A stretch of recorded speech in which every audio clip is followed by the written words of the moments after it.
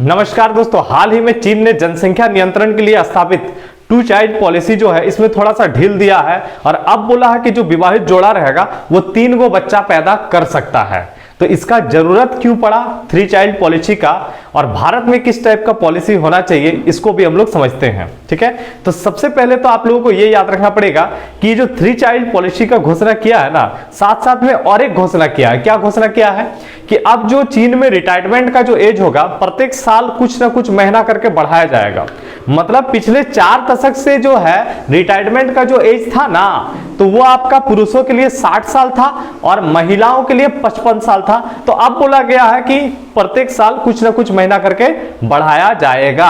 अब चीन की जनसंख्या नीति को समझते हैं, ध्यान दीजिएगा। तो सबसे पहले 1 चाइल्ड पॉलिसी समझना है क्या बोल रहे हैं। ठीक है, देखिए चीन सरकार ने 1980 में 1 चाइल्ड पॉलिसी लागू किया। मतलब याद रखिएगा, बोला कि अब से तुम एक ही को बच्चा पैदा कर सकता है। ठीक है, तो 1980 में जब 1 चाइल्ड पॉलिसी लाया गया था उस समय चीन की जनसंख्या थी 1 अरब। कितना बताएं? 1 अरब। अब बोला जा रहा था चीन का कि जितना जनसंख्या होना चाहिए उससे 40 करोड़ ज्यादा जनसंख्या।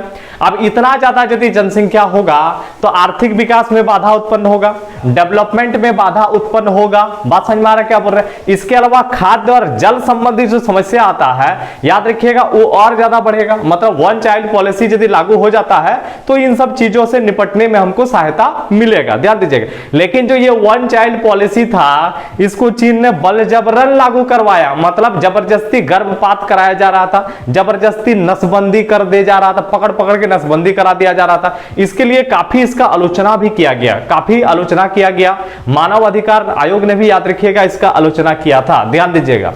अब 1 चाइल्ड पॉलिसी तो लागू कर दिया, इसके बाद समस्या देखिए क्या हुआ कि जनसंख्या जो है ना अचानक बहुत ज्यादा घटने लगा चीन का। ठीक, अब जब चीन का जनसंख्या घटने लगा तो 2016 में सरकार ने बोला कि अबरी 1 चाइल्ड पॉलिसी नहीं, अबरी 2 चाइल्ड पॉलिसी। मतलब याद रखिएगा ये कि अब तुम 2 गो बच्चा पैदा कर सकते हो। ये कब बोला? तो ये 2016 में बोला। ध्यान दीजिएगा क्या बोल रहे हैं। ठीक है, कि अबरी तुम 2 ठो बच्चा पैदा कर सकता है। अब देखिए 2 चाइल्ड पॉलिसी 2016 में आया, इसके बाद भी जनसंख्या में बढ़ोतरी नहीं हो रहा था, गिरावट आ ही रहा था। 2020 में एक जनगणना किया गया था, तो जनगणना जब किया गया तो देखा गया कि जनसंख्या में लगातार गिरावट आ रहा है।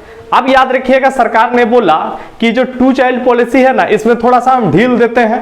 अब याद रखिएगा 3 चाइल्ड पॉलिसी, मतलब अब तुम लोग 3 ठो बच्चा पैदा कर सकते हो। तो ध्यान दीजिएगा 1 चाइल्ड पॉलिसी जो है 1980, 2 चाइल्ड पॉलिसी 2016, उसके बाद 3 चाइल्ड पॉलिसी 2021। समझ में आ रहा है क्या बोल रहे हैं? अब देखिए जनसंख्या यदि घट रहा है तो इसमें तकलीफ क्या होगा, समझना है क्या बोल रहे हैं। तो जनसंख्या घटने से देखिए तकलीफ का यदि हम बातचीत करते हैं तो सबसे पहले श्रम बल में कमी। आप देखिए हुआ यूं चीन में कि युवाओं का ना जनसंख्या बहुत ज्यादा घट गया, यंग आदमी का जनसंख्या ढेरी घट गया। आप याद रखिएगा काम करने वाला जो आदमी है वो मिल नहीं रहा है, पता चल रहा। बूढ़ों का संख्या बढ़ गया, अब बूढ़ों का जनसंख्या, अब बूढ़ा आदमी तो काम नहीं कर सकता है। अब युवाओं का संख्या इतना घट गया तो काम करने वाला यदि आदमी नहीं रहेगा तो अर्थव्यवस्था पर इसका असर पड़ेगा कि नहीं पड़ेगा?